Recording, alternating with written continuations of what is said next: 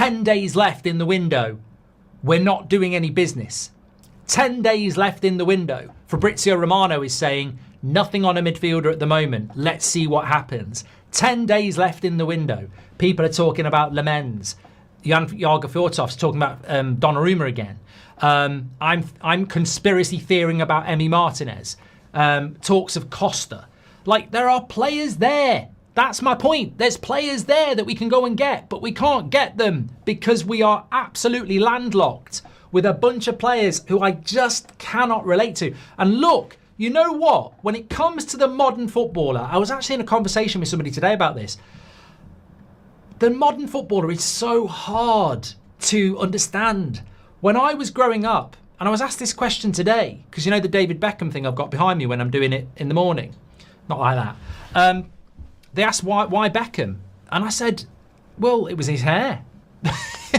It was literally, I just loved Beckham. He was the first sort of iconic player. I loved his hair. I loved his work ethic. I just loved his passion for the game wherever he played. But I especially loved him in a Man United shirt. It was rock and roll. That whole era was. And you know what? I look at the modern footballer like Garnacho, Sancho, Anthony, and I think about Beckham and Keane and Rooney and Scholes and Neville and, you know, all those players. These players were iconic players. But they also came from a time where, you know, you probably cleaned the boots of Brian McClare or Eric Cantona or Paul Ince. You know, you probably earned very little money when you were 16, 17. You know, you were humble. You had to work for it. And then you understood. Like anybody who makes money, if they've done it from a position of having to work for it, they don't forget the journey. And they respect the journey because they respect the work. I think the modern day footballer has their arse wiped for them. I don't think they respect the journey. I think it's been handed on a plate. And I don't think they've got any respect for anything other than themselves. I think they live in a bubble. And I as a 45-year-old man, cannot relate to these Manchester United players who are living not just 0.01%. They are living a lottery number win. You play for Manchester United. You are in such a privileged position. No matter how good our lives are, no matter what we do with our lives, when we breathe our last breath and somebody said, would you swap it for a season playing as a Man United player? Well, you'd have to have a long breath because you wouldn't be able to talk. But of course I would. Of course I would. You know, I'm not saying I'd swap it, you know, or everything I've done, but it's such a privileged position. And these players wipe their arse with this shirt. And there are other players doing it at other clubs. But I see people blaming Radcliffe or Barada or Wilcox. And I sort of like go, they're of a generation. I mean, Sir Jim Radcliffe's of a different generation to me. Wilcox is probably around the same age, so's Barada. We're from a generation where you can't get your head around this. And also, they've inherited it. So I think that we have only got 10 days left in the window.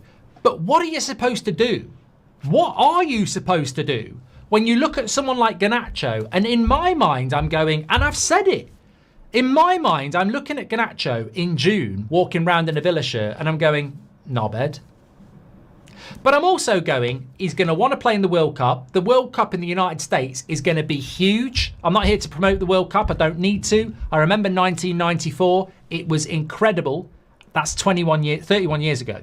So it's going to be a huge World Cup. Now, maybe Garnacho is so bloody naive, he hasn't got a clue how big that World Cup's going to be. And I hope he misses out on it. Because ultimately, I thought him, Anthony, not Sancho, he's never going to get in the England squad, but Sancho, forget him, Anthony and Garnacho, I was like, they're going to be, you know, busting their balls to get in the Argentinian and Brazilian squad respectively. And, you know, they're going to be demanding that they get a move. If anything, it's going to be us holding it up, saying, you know, hold on. No, forget that. You know, I look at Garnacho and I think 21, still learning, still growing as a player, still got a talent that you need to nurture. You're going to want pre-season. You know, all you want to do at that age is play football. You're not 35 going, you know, I've got to run my contract down. You're 21 I want to play football. All I want to do is play football, and I've got to be on pre-season, and I've got to be there for the first game of the season. We've got 4 players who are literally sat there going, nah, I'm not bothered. I'll just go down gym. I'll get up when I like and I'll go down gym. I'm not bothered. I'm not going to, I'm not bothered. Yeah, I don't mind missing out on pre-season. Don't mind missing the start of the season. As long as I end up at Chelsea at the end of August, I'll be okay. And then Anthony's going, yeah, I don't care that I've earned 200 grand a week for 3 years and this club's backed me. I want them to pay for me to go to Betis. Don't care about them getting a transfer fee. And Sancho, even worse. You know, I want to run my contract down, having earned 300 grand a week for the last 4 years. Absolutely unrelatable. I would not know what to say to these people if I met them. I would not understand them. They may as well be aliens in relation to my personality. They are completely and utterly, I don't get it. I don't get how you've made it. And I'll always respect any footballer that makes it because you have a talent. You might not have a brain. I've met plenty of footballers don't have one of them. But when it comes to talent, you've definitely got it if you make it to that level. And you're abusing that talent. You're abusing that talent. Because you know what?